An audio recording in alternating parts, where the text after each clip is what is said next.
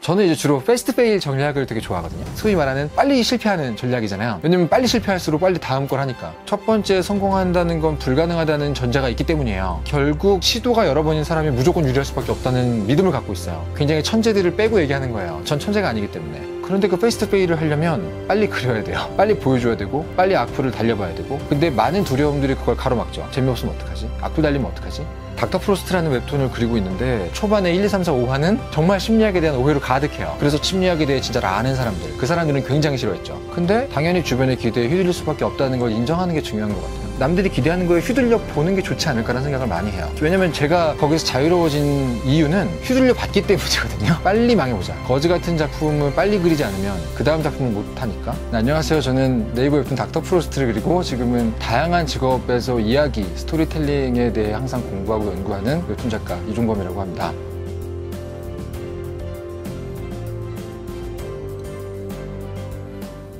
(20대) 때가 전부 방황기였어요. 아니 30대 초반까지도 방황기였던 것 같아요. 음악도 했었고 학원 강사도 했었고 보험 판매원도 했었고 어떤 걸 하건 결과물을 만들어내야 되고 돈을 벌어야 되고 누군가가 나를 바라보는데 기대가 아닌 경우는 별로 없었던 것 같아요. 다른 시각으로 나를 바라봐주는 사람이 정말 드물거든요. 우리는 그런 사람들을 친구나 연인이라 부르겠죠. 근데 심지어 친구나 연인들마저도 기대를 가지고 봅니다. 얘는 웃긴 애니까 여기서 드립을 하나 쳐줄 거야. 얘한테 일 맡기면 다 알아서 해줄 거야. 우리 여행 꼭 끼자. 근데 그 기대에 어떻게든 발맞추려고 노력하고 아둥바둥했던 게 제 10대, 20대 내내였던 것 같아요. 거기에서 조금씩 그 기대는 네가 가진 거니까 나는 모르겠고 라고 생각하게 된 게 30대 이후였던 것 같고, 거꾸로 말하면 그 전까지는 인생 전체가 방황이었어요. 근데 아무리 해도 안 되는 게 있으니까 음악을 하건 만화를 하건 충분히 열심히 했고 내가 생각한 거 이상으로 잘 해냈고 마음에 들어요. 그래도 결국 나에게서 실망하는 사람들은 어딘가에 존재한다는 사실을 깨달았어요. 예전에는 관객이었고 지금은 독자겠죠. 웹툰에서 댓글이라는 게 진짜 큰 특징인데 너무 명확하게 장점과 단점이 분명하게 있어요. 장점은 내가 지금 어디 있는지 알게 해준다는 거예요. 단점은 내가 지금 어디 있는지 너무 잘 알게 해준다는 거예요. 얘기했지만 다른 사람의 기대와 시선에서 자유로울 수 있는 사람은 너무 드물잖아요. 만화가들도 마찬가지인데 내가 지금 얘기하고 있는 사람의 반응을 실시간으로 계속 듣게 되면 조금이라도 중심이 무너지는 작가들은 휩쓸려 가거든요. 그거는 만화가뿐 아니라 모든 창작자들이 마찬가지입니다. 내가 지금 정확히 뭘 향해서 가고 있고 왜 하고 있는지를 딱 정리하고 있는 사람들은 정말 극소수예요. 그럼 그 사람들이 아닌 대부분의 창작자들은 독자들의 반응에 의해서 휘둘릴 수밖에 없어요. 그러면 나는 내가 만족하면 된다고 생각했는데 저 사람들은 무조건 만족해주지 않을 수 있구나. 거기서 약간 포기하는 것도 있어요. 닥터 프로스트라는 웹툰을 그리고 있는데 감정이 막혀있는 천재 심리학자의 얘기예요. 처음에 제가 연재를 시작했을 때 초창기 반응은 완전 극과 극이었어요. 일반적인 대중은 좋아했어요. 그 사람들이 생각하고 있는 심리학에 대해서 제가 그냥 보여줬기 때문에 이렇게 마음을 꿰뚫는 거야처럼. 그리고 나머지 절반은 심리학에 대해 진짜 아는 사람들, 그 사람들은 굉장히 싫어했죠. 왜냐면 심리학에 대해 사람들이 갖고 있는 오해가 바로 그런 거였기 때문에. 근데 심리학 만화라고 나왔는데 그 오해에 맞춰주고 있는 거잖아요. 그거 되게 싫어했죠. 전문가 자문들하고 그 얘기를 엄청 오래 토의했어요. 이렇게 해도 될까요? 왜냐면 저도 심리학도잖아요. 심리학 전공이었기 때문에 뭐 팔짱을 끼면 무슨 마음일 거야 이런 얘기 하는 거 다 엉터리인 거 알거든요. 근데 사람들은 이게 심리학인지 알고 있어요. 그럼 제가 어떻게 시작하는 게 좋을까 고민을 오래 했는데 결국 제가 말하고 싶은 사람들 대상은 심리학도가 아니거든요. 일반 대중이에요. 그럼 그 사람들이 듣고 싶어하는 얘기를 일단 초대해서 점점 더 진짜 심리학 얘기를 보여주는 순서가 맞다고 생각을 했어요. 그런 말 되게 좋아하거든요. 변수가 너무 많으면 상수만 봐라. 삶은 너무 변수로 가득하잖아요. 누군가는 나보고 못했네라고 말할 수 있는 거, 근데 그 사람의 평가는 그 사람 거기 때문에 변수거든요. 내가 조종할 수가 없어요. 그러면 저거만 신경 쓰고 있으면 안 되는구나. 그럼 변수 말고 상수가 뭐지? 나의 만족감? 그렇네. 근데 이런 상수들을 본인 스스로 아는 건 거의 불가능하지 않나. 주변의 기대로 가득한 삶을 사는데 어떻게 그런 걸 무시할 수 있고 내 기준만 보겠어요. 당연히 결과적으로 시간이 지나 보니까 알게 되는 것들 중에 하나가 그거 같아요. 내가 어디에 만족하는 거지? 라는 기준? 당연히 그전에는 주변 사람들 기준에 휘둘릴 수밖에 없다고 보고 저는 그게 되게 자연스러운 거라고 보기 때문에 어차피 자연스러운 거 죄책감이라도 갖지 말자는 주의거든요. 제가 또 좋아하는 말 중에 하나가 잘하는 유일한 방법은 못 해보는 거란 말이에요. 자유로워질 수 있는 유일한 방법은 구속돼 보는 거거든요. 남들의 기대에 의해서 자유로워진 지금은 결과인 것 뿐이죠. 여기까지 오기 위해서는 되게 많이 휘둘려 보는 거예요. 저 같은 경우도. 지금은 웹툰이라는 형태를 통해서 독자들을 만나고 있지만 최근에 유튜브를 시작하면서 이야기를 어디서 언제까지 할 수 있을까를 늘 고민하고 있고 되게 다양한 제안들이 오거나 기회가 생겨요. 팟캐스트 때도 그랬고 라디오도 그랬고. 근데 그 제안이 들어오면 제일 먼저 제가 생각하는 건 안 해본 거면 일단 해요. 처음에는 만화만 좋아했거든요. 만화를 그리다가 되게 힘들어졌어요. 그러니까 요즘은 웹툰 작가가 일 많다는 거 다 알잖아요. 그러니까 마감 때가 되면 늘 만화만을 봐야 되는 거죠.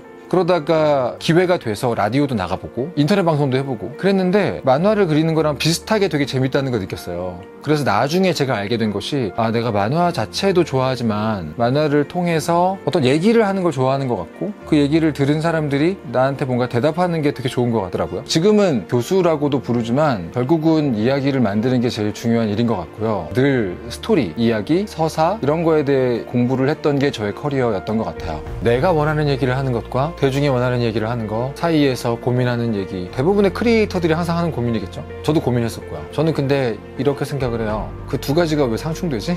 내가 하고 싶은 얘기를 하는 거랑 시장이 원하는 얘기를 하는 거랑 상충되는 지점은 있을 수 있어요. 아주 조금이라고 생각해요. 단계가 있는 것 같기도 해요. 내가 지금 선택한 도구가 유튜브거나 소설이거나 만화거나 있을 때 내가 지금 너무 무슨 얘기를 하고 싶어 죽겠어가지고 그 도구를 선택한 거잖아요. 그럼 이 사람에게 지금 첫 번째로 원하고 있는 욕망은 얘기하고 싶은 거죠. 이게 충분히 해결이 안 되면 듣고 있는 사람이 원하는 게 뭔지 알 수 없어요. 너무 하고 싶은 말이 많은데 듣는 사람이 없어. 근데 어느 날 친구 하나가 뿅 생겼어요. 그 사람이 무슨 얘기 듣고 싶은지 관심이 있을까요? 하고 싶은 말이 너무 많기 때문에 내 얘기 할 거예요. 더 이상 나는 하고 싶은 얘기 없어. 다 했어. 그러면 어떻게 되냐면 너 무슨 얘기 듣고 싶니? 궁금해질 수 있어요. 즉 단계로 본다면 난 창작하는 사람들은 내가 하고 싶은 얘기 충분히 다 할 수 있을 때까지 다 하는 게 맞다고 봐요. 그게 어느 정도 이상 가면 자기가 원하지 않아도 내 거 들으러 온 사람들이 뭘 듣고 싶어 하는지 관심이 갑니다. 그 단계 모델이라고 저는 봐요. 그거를 무시하고 처음부터 너무 프로페셔널하게 시장에 뭘 원하지? 지금 이 시장에서 바라는 소재가 뭐지? 유튜브 잘 되는 채널이 뭐지? 이거부터 보고 있으면 내가 표현하고 싶은 욕구 때문에 이 수단을 택한 건데 제일 첫 번째 니즈인 나의 니즈를 무시하고 있는 거죠. 두 번째 제 모델은 뭐냐면 내가 만드는 컨텐츠의 첫 번째 독자는 나잖아요. 저는 작가로 산 시절보다 독자로 산 시절이 훨씬 길어요. 제가 대중적 시장의 한 부분이었어요. 그럼 내가 좋아하는 것과 대중이 좋아하는 것이 상충되지 않아요. 기본적으로 저는. 한 가지 질문을 자기한테 해봤으면 좋겠는 게 뭐냐면 진짜로 네가 원하는 거 대중적이지 않냐? 만화 좋아해서 그랬잖아. 너 남들이 다 좋아하는 만화 보고 재밌지 않았어? 사실 본인도 슬램덩크 좋아했었는데 드래곤볼 재밌어 했는데 네이버 웹툰에 인기 있는 작품들 보면 좋아하는데 그 말은 뭐냐면 분명히 내가 좋아하는 것과 대중이 좋아하는 것 사이에 교집합이 있는데 본인이 애써 무시하고 있는 것도 있다고 생각하거든요. 거기서 시작할 수 있다고 생각해요. 그리고 나만이 할 수 있는 건 마지막에 체리 올리듯이 하나 얹을 수 있다고 보기 때문에 꼭 그 두 가지를 반대되는 거라고 생각하는 것부터가 함정이라고 봅니다. 지금 웹툰을 당장 그려서 독자들한테 보여주고 있는 도전 만화, 인터넷 커뮤니티, 고등학교 교실의 연습장일 수도 있고요. 그런데 만화를 그리는 분들이 포탈 사이트나 웹툰 사이트의 정식 연재를 할 때까지 어떻게 보면 굉장히 길지만 어떻게 보면 굉장히 짧아요. 하지만 분명한 한 가지가 있다면 그리는 게 제일 중요하거든요. 근데 대부분의 사람들은 연습하는 시간이 길고요. 고민하는 시간이 더 길어요. 똑같아요, 저는. 무관심도 빨리 받아보자. 근데 문제가 뭐냐면 유튜브 채널이건 웹툰이건 웹소설이건 일단 한번 시작했을 때 무관심이 이어지면 너무 힘들잖아요. 그래서 전 두 가지를 많이 고민했어요. 첫 번째는 빨리 실패하는 패스트 페일을 하면서도 왜 실패했는지를 고민하면서 해야 한다는 생각을 했어요. 안 그러면 실패해도 합리화만 해요. 패스트 페일 하랬어. 다음 거 잘 되겠지. 근데 거기 되게 중요한 게 하나 빠졌죠, 지금. 어떤 부분 때문에 실패했지? 그래서 고민하면서 빨리 실패하는 게 첫 번째였고 두 번째는 그래서 빨리 완결하는 시도를 하자. 마라토너의 방법이라고 생각을 하거든요. 마라토너가 뭐 뛰고 있는데 그 선수를 관리하는 스텝 차량이 멀리서 같이 가요. 근데 이 차에 탄 코치가 막 그 마라톤 선수한테 외치는 게 잡혔어요. 우체통 이러는 거야. 저기 있는 우체통 같이 뛰라는 얘기죠. 거기 지나가면 그 다음은 경찰서 하는 거야. 지금 당장 내가 보고 뛸 수 있는 목표를 잡는 게 중요하다고 보거든요. 그래서 저는 빨리 실패하자고 시도할 때 지상 최강의 만화가를 보지 않았던 거죠. 악플 달리는 데까지 가보자 라고 했다거나 조회수 만까지 가보자 라고 했다거나 이런 식으로 했던 것 같아요.